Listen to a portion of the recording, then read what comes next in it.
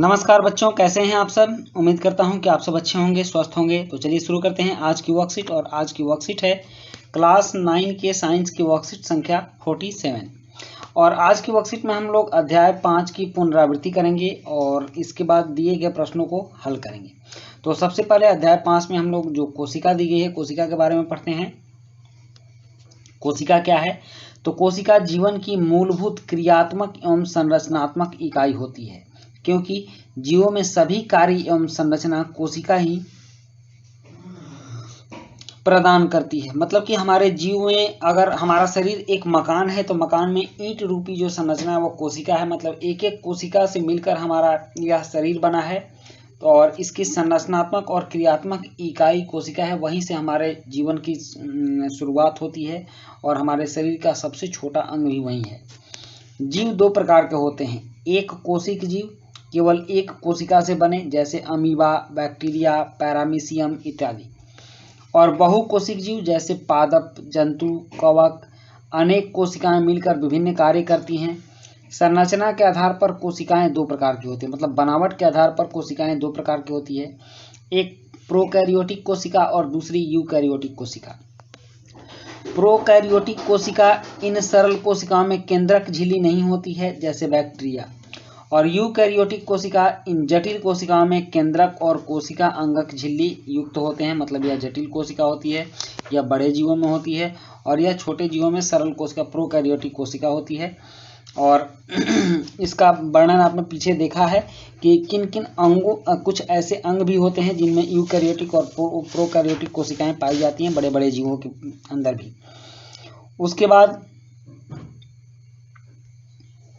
यहाँ कोशिका झिल्ली से जल का विसरण परासरण कहलाता है। मतलब कोशिका झिल्ली से जल का बाहर आना जाना, ये परासरण की क्रिया कहलाती है।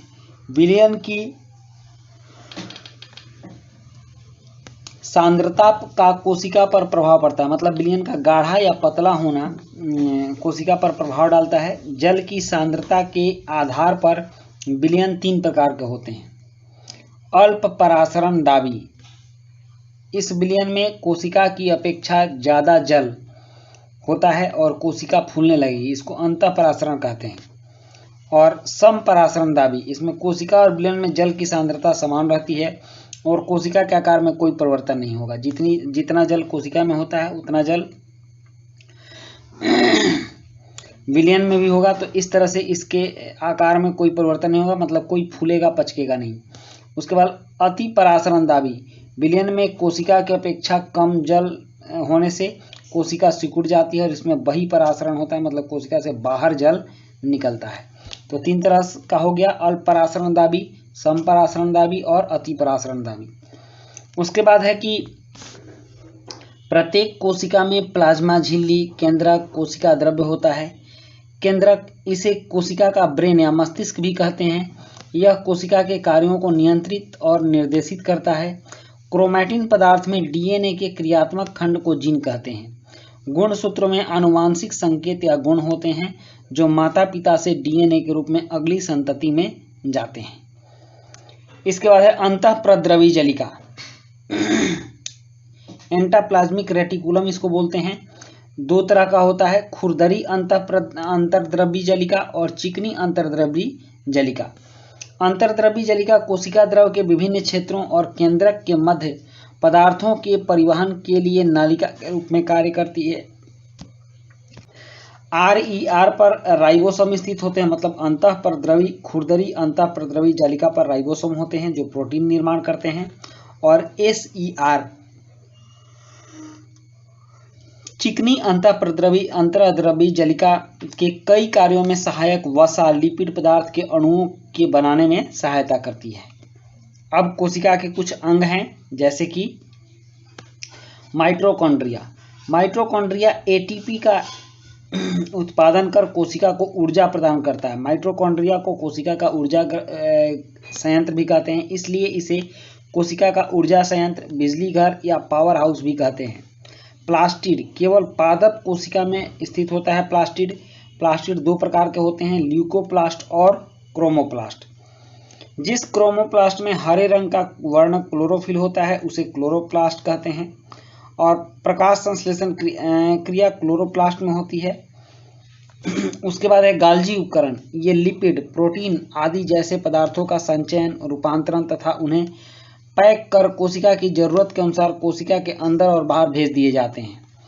उसके बाद है लाइसोसोम। लाइसोसोम ये कोशिका का अपशिष्ट निपटाने वाला तंत्र है।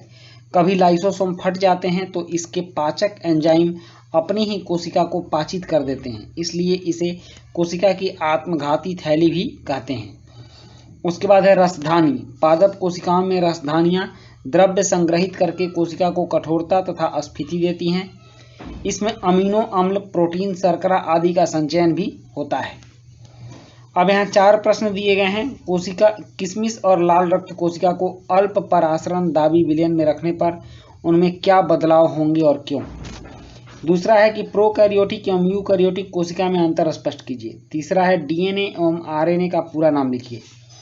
चौथा है पादप और जंतु कोशिका का चित्र बनाकर सभी कोशिकांगों को नामांकित कीजिए।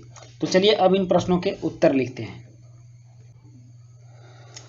प्रश्न 1 है कि किशमिश और लाल रक्त कोशिका को अल्प परासरण दाब विलयन में रखने पर उनमें क्या बदलाव होंगे और क्यों। तो उत्तर है कि किशमिश और लाल रक्त कोशिका को अल्प परासरण दाबी विलयन में रखने पर वह फूल जाएंगे, क्योंकि विलयन में कोशिका की अपेक्षा ज़्यादा जल है। और उसके बाद प्रश्न 2 है कि प्रोकैरियोटिक एवं यूकैरियोटिक कोशिका में अंतर स्पष्ट कीजिए। तो प्रोकैरियोटिक कोशिका, इन कोशिकाओं में केंद्रक झिल्ली नहीं होती, यह सरल कोशिका होते हैं, इनमें केंद्रक झिल्ली नहीं होती है। और यूकैरियोटिक कोशिका, इन कोशिका में केंद्रक एवं कोशिका अंगक झिल्ली होते हैं। प्रश्न 3 है कि डीएनए एवं आरएनए का पूरा नाम लिखिए। इसका उत्तर है कि डीएनए का पूरा नाम डीऑक्सीराइबोन्यूक्लिक एसिड होता है और आरएनए का पूरा नाम राइबोन्यूक्लिक एसिड होता है। प्रश्न 4 है कि पादप और जंतु कोशिका का चित्र बनाकर सभी कोशिकांगों को नामांकित कीजिए।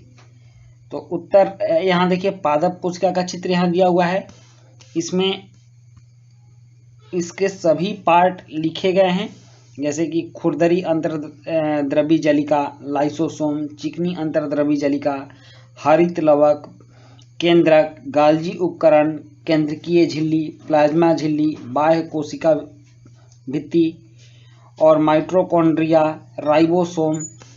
इस तरह से इसके सारे पार्ट्स लिखे हुए हैं, हरित लवक, कोशिका द्रव्य। और ऐसा ही मानव कोशिका है, जंतु कोशिका इसको कह सकते हैं आप। इसमें देखिए कोशिका द्रव्य, गुणसूत्र, कोशिका झिल्ली, केंद्रक, केंद्रिका, रिक्तिका, माइटोकॉन्ड्रिया, केंद्रक द्रव्य, अंतःप्रद्रवी जलिका, लाइसोसोम और गाल्जी का उपस्थित है। तो इस तरह से बच्चों आपकी ये वर्कशीट कंप्लीट होती है। और वीडियो अच्छी लगी हो तो लाइक, सब्सक्राइब, कमेंट जरूर कीजिएगा। मिलते हैं नेक्स्ट वीडियो में। Thank you.